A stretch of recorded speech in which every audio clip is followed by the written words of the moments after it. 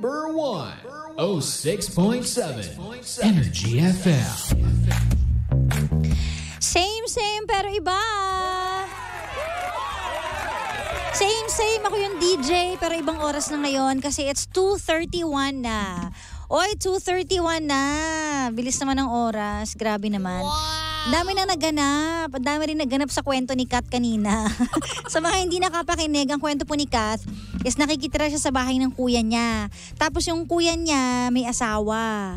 Nagbubugbugan sila, tapos naghiwalay na. Pero kahit naghiwalay, doon pa rin natutulog yung asawa ng kuya niya. Tapos yung kuya niya nagkaroon ng bagong girlfriend.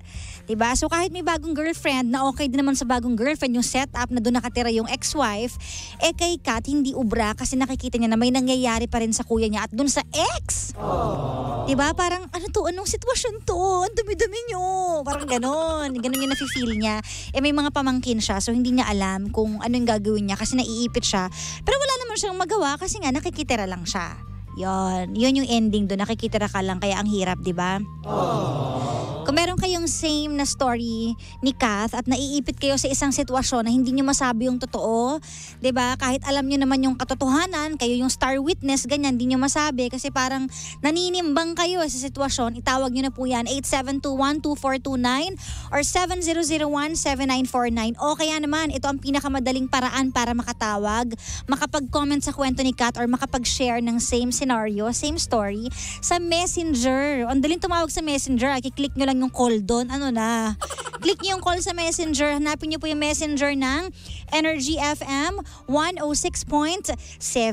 Ayan. So pagkatawag nyo dyan, ayan, welcome na welcome po kayo dito.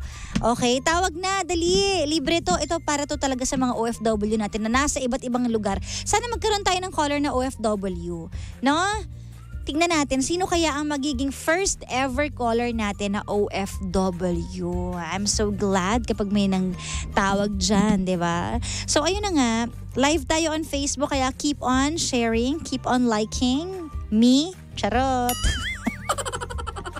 Yes, keep on liking me, di ba? Ayan, share. Ang live po natin, naka-cross-post din po yan sa DJ Kara. That's DJ Space K-A-R-A. Ayan. At habang naghihintay tayo ng caller, may caller na ba tayo? Babati muna ako ng bonggang-bongga bago ko pa makalimutan ang lahat. Kay Mami Ludi, Mami Juvie, Mami Olet, Rovicel, and Macris. Ayan, Macris, sana makayanan mo yung matinding pagsubok na nasa buhay mo ngayon. Ayan. Hello po sa inyo dyan. At hello din kay Priscilla. Hi sa'yo. Ayan. Anyways, I think we have a caller na. Is she there? Ayan. Sa online, no? Messenger. Okay, sige. Hello? Ay.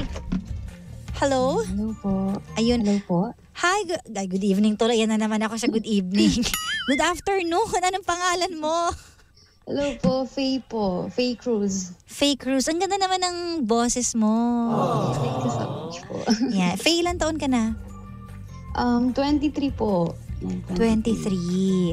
Okay. So, mag-hi ka muna kasi andito na si Papa Jackson. Yan. Hello po, Papa Jackson. Nakadextrose ka ba?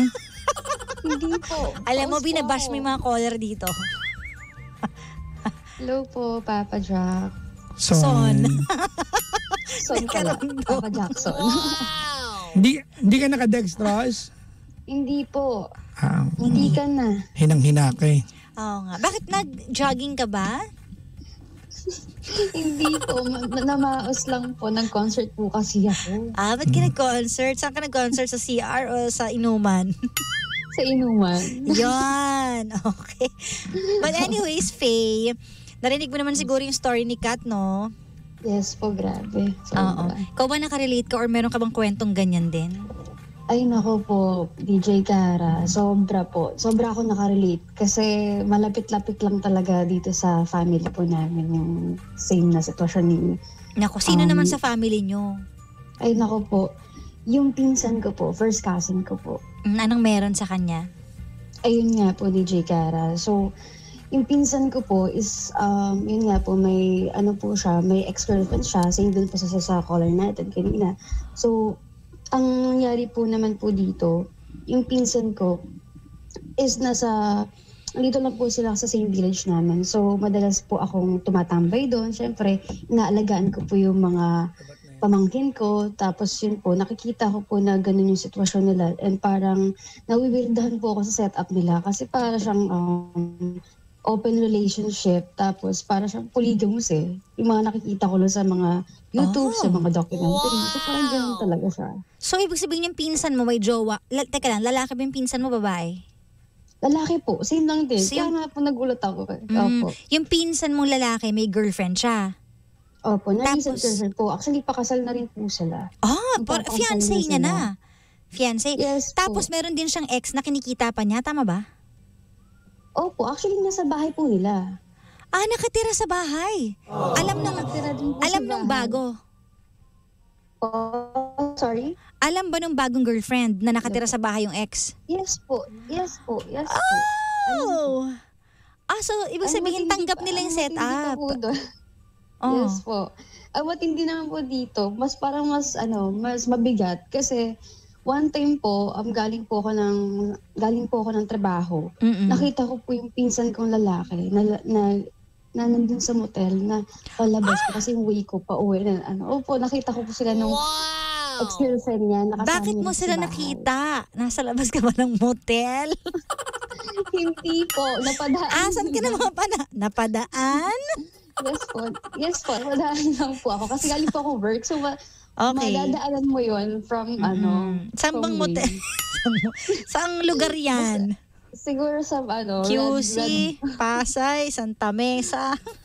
siguro po mga kainta. Mga ganyan. Ang layo! Yes Meron po, pala ganun dyan. po. Nasa Kainta, so habang naglalakad ka, nakita mo na lumabas ng motel.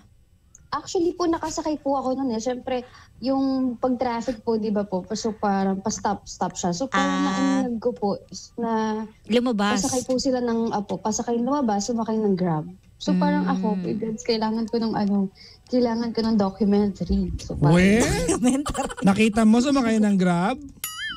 yes po, kotse. Ibig mo sabihin sa akin, yung Grab hindi sinasinundo sa loob ng motel, sa labas? Ang lupit naman ng Grab na Meron yan. kasing ganong, ka ba?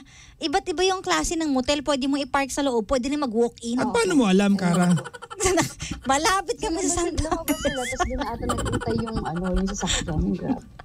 Malapit kami sa Santa Mesa. Hello, nakikita ko yung mga pumapasok doon. Oh. Di ba? So, yun po. Ganon yun, di ba? Kasi mas mura yung walk-in. Tapos yung may garahe, yun yung mas mahal. Mas mahal. So, parang walk-in po sila. Kaya kung yun yung Grab, siguro sila, wala silang sasakyan siguro. Opo, ganun po. So, ibig sabihin, okay dun sa present girlfriend na nakatira yung ex or nagpupunta sa bahay. Tama ba? Nakatira o nagpupunta sa bahay? Nakatira po sila doon. At alam din ng ex. Opo, alam po. So, alam nilang tatlo. Alam po nilang tatlo. So, parang hindi na sila nagugulat sa sitwasyon kasi alam nila na ganun ganun yung sitwasyon. Anong tawag sa nila, ganito? ganun yung setup. Ito alam na ni Papa Jackson. Anong tawag sa ganitong klaseng relasyon? Polygamous relationship po. No, polyamory. Ba't mo alam?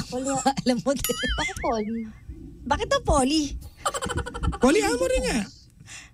Ha? Polyamorous. I-search Ayun, natin. Tama ba? Tama ba?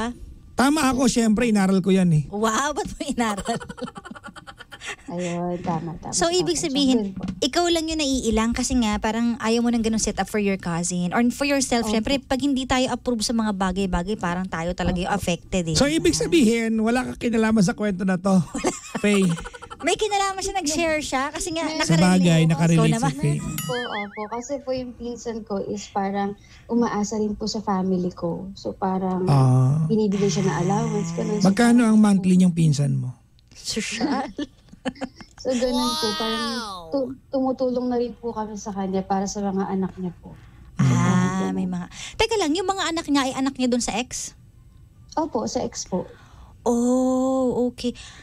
Ngayon lang ako nakita ng setup na ganyan na. Tapos ikakasal pa yung pinsan mo doon sa present girlfriend. Opo. At yung present girlfriend. Yun nga po. So piniprepare na po yung kasal nila. Kaya medyo nagkakaroon ng conflict sa family po namin kung anong mangyayari. Syempre hindi lahat okay sa ganyang setup. Kung silang tatlo okay sa setup na yan, ikaw at yung family mo, syempre for sure, di ba? Ayaw nila ng ganyan. Yes po. Yun yung mahirap. Yun nga po. So, parang witness siya sa gusto lahat. ko pong sawayin yung pinsan ko. Kaso nakakatanda po siya sa akin. Ayoko po maging bastos sa harapan po nila. Actually niya. Yun po. So parang wala rin po ako magawa. Malalaki na sila. May anak na nga rin. Hayaan mo na sila. Oo. Opo. Yun yung So, mahirap. yun po, Pero alam ng pinsan mo na hindi ka okay sa ganun.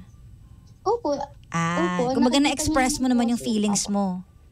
Opo, minsan, kinakausap ko siya na bakit ganito, bakit ba't hindi ka ba naawa sa mga anak mo na iba-iba yung nakikita nila sa bahay na kung ano sino-sino yung pinapakalala mo, ganun.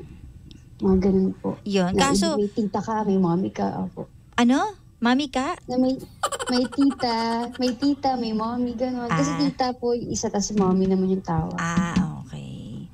Ganun. Well, sa ganyang sitwasyon, wala talaga tayo magagawa kasi una sa lahat, 'di ba, may sarili na siyang isip at alam mo sa isang tao, kahit sabihin mo yung tama at mali, kapag gusto niyang gumawa ng mali, wala tayong magagawa eh. Kahit nasabi na natin yon, choice nila yon. The only thing you can do, alam mo kung ano, umiwas ka kung hindi ka okay sa sitwasyon. Yun. Kung hindi mo tinotolerate and you don't support that kind of thing, ikaw na yung umiwas. Diba? Pero Ganun DJ lang Kara, yun. Opo. Pero pa yung sa mga bata po kasi, yun po yung ko po. Doon ka concerned sa mga Opo. pamangkin mo, no? Yung Pamangkin mo. kakalakihan po nila, DJ. Parang, ang pangit po ng kakalakihan nila. Kung Well, hindi you cannot be more concerned than their parents. Kaso yun nga, kahit concerned ka kung sariling magulang ay hindi naman concerned, wala tayong Exactly. magagawa. wala rin magagawa. Oo. Ipag-pray mo na lang. Yan. Naliwanagan ng utak ng pinsan mo. Kasi sa mga ganyang klaseng sitwasyon, or it's either yung magulang ng pinsan mo ang magdisiplina sa kanya.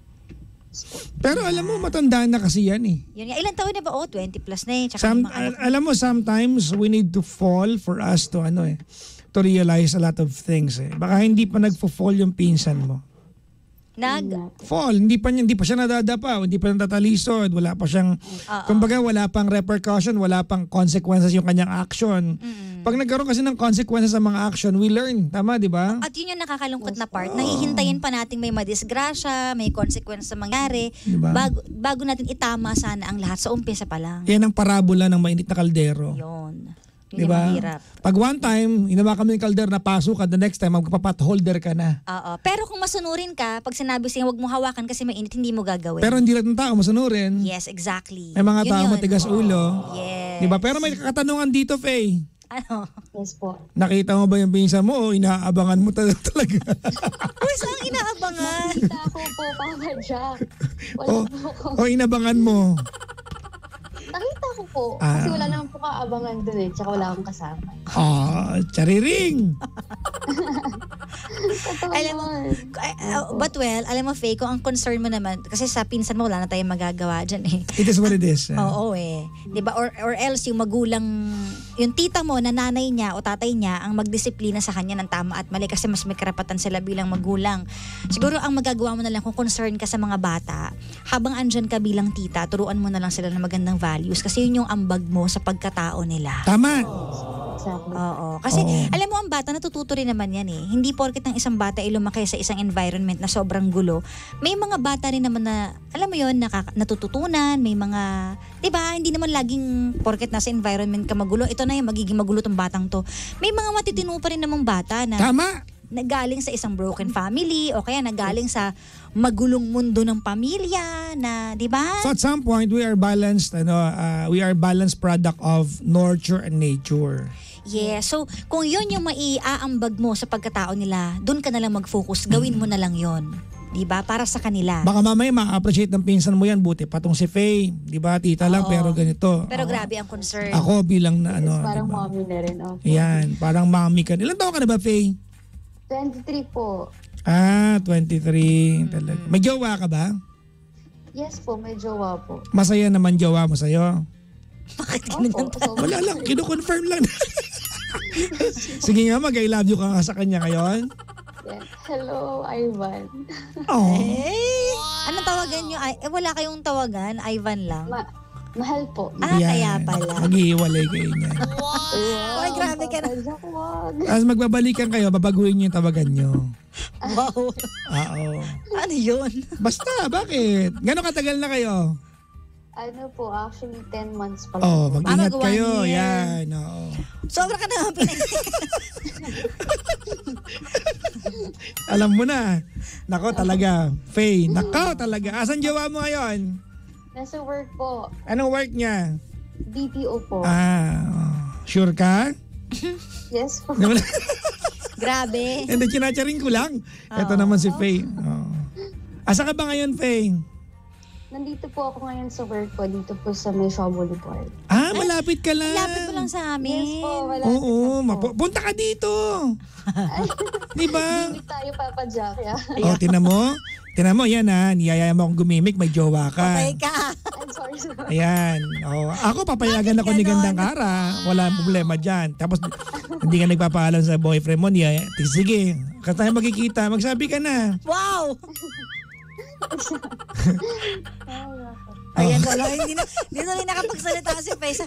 Parang mali yata itong ginawa ka. Iiyak na ako, Papa. Gimmick daw kami. Ay, shaki niya. Uya ka. Anyways, sige na. Thank you so much, Faye, for sharing. Thank you so much. Ayan, bye. Bye-bye po. Thank you. Yan. Yes, Si yes. Faye, Oo. na nakita ang kanyang pinsan sa Kainta. Saan kaya sa Kainta yun? Layo Nakarating siya ng Kainta. Tagalon siya. Taga doon siya. Yung work lang niya yung show. Hindi ka ba nakikinig sa caller mo? Nakalimutan ko na. Anyways. Hay nako. Isa na namang kawindang-windang na story. Ano ba yung kwento? Ano ba yung kabuuan ng kwento? Yan nga, si Kat, di ka din nakikinig Kumbaga pag alam mo may ginagawa, sabihin mo ba? Baka makikialam ka ba o hindi? Parang gano'n. Knowing na nakikitira kasi si Kat sa bahay ng kuya niya. So, nakikita niya may nangyayari sa kuya niya at dun sa ex. Tapos may girlfriend din na existing. Siyempre, pupunta rin yung sa bahay. So, yung yung hirap. kuya mo ang business mo. Yung jowa ng kuya mo, hindi yung business yun. Business ng kuya mo Yun yan. nga. Correct. Pero pag ikaw, pag nasa ganong sitwasyon ka, mananahimik ka, isisiper mo, pag may nakikita kang maling nangyayari. Yung sabihin ko sa kuya ko. Hindi ko business sabihin sa jowa niya. Sabi niya, wala kang pake. O di, ang ganda lang ako. Malaki na siya eh. Ang ganda. Diba? Ang gandong ka lang talaga. Alam mo may linya ako dyan I got this from the movie The Bucket List. Alam mo yung The Bucket List? Hindi ito yung bucket na Pinoy version Bucket, B-U-C-K-E-T. Morgan Freeman to tsaka Jack Nicholson The Bucket List. Ito yung wish ng isang tao na malapit ng mamatay. Tapos ang ginawa niya, bago siya mamatay, lahat ng bagay na hindi niya nagawa, bago yung taning niya, ginawa niya. Including parang climbing the Mount Everest. Tapos may linya doon na sabi sa movie, not because you know the story does not make you a part of it. Hindi dahil alam mo yung kwento, hindi lagi kang kasali dyan. It's a good line. Okay yun. Okay yun. So, kaya na ma-stress dyan, Kat. Kung talagang nafe-feel mo na parang wait lang, ayoko ng ganitong setup, ikaw na yung lumayo. Diba? Kasi minsan alam na din naman natin kung ano yung deserve nating sitwasyon at hindi. At kung ayaw natin i-tolerate yung ganung halimbawa, may mali tayo nakakita, ayaw na i-tolerate, tayo na lang yung lumayo. Diba? Because we respect ourselves. Pero hindi polyamorous pala yun. Ano? Tinanong mali ka pala. Hindi, tinanong niya kasi. Ang polyamorous kasi, tatlo sila sa relasyon at tatlo silang gusto yung nangyayari. Mali ka nga. Diba ang consent? This is just purely cheating. Kanina tama ako. Hindi, kung ang definition natin ay yung tatlo sa isang relasyon. Or more. 3 or more. Diba? 3 or more. Polyamorous yun. Pero the story, it's just a pure, a plain outright cheating lang. Wala nang iba pang Cheating with consent. Consent ng cheating. Kasi okay sa ex may bago siya, okay din sa bago may ex siya. So cheating with consent. Diba? Baka hindi na nga rin cheating ito Kasi may consent na Sa bagay. Diba? Oo. Ano na lang, hirap naman pangalanan. Baka to, diba? It's just a simple chaotic setup that people involved are just okay with it. Well, but anyways, I'm just here today. Yeah, bakit maaga ka pala? May mga tinapos lang ko left and Ganda right. naman ang ano mo. Well, someone gave me this. Yeah. Buti na suot mo. No. Wow! Diba? No. Buti naman. Okay O siya, sige na, overtime na tayo. We? Yes. Sige, baliin nyo yung ano. Hindi, wala. I'm handling with care. Sige na, ingat ka sa lakad mo ngayon. Yeah. Thank you so much. O siya, maraming salamat mga pangga. Susunod na po ang Jimshi. Thank you, Papa Jackson. Again, ako po nag-iisang chicks ng radyo. Walang iba kundi si Cara. Dito lang yan sa number 1, 06.7 Energy FM. Panggawag mo sabihin radyo, sabihin mo.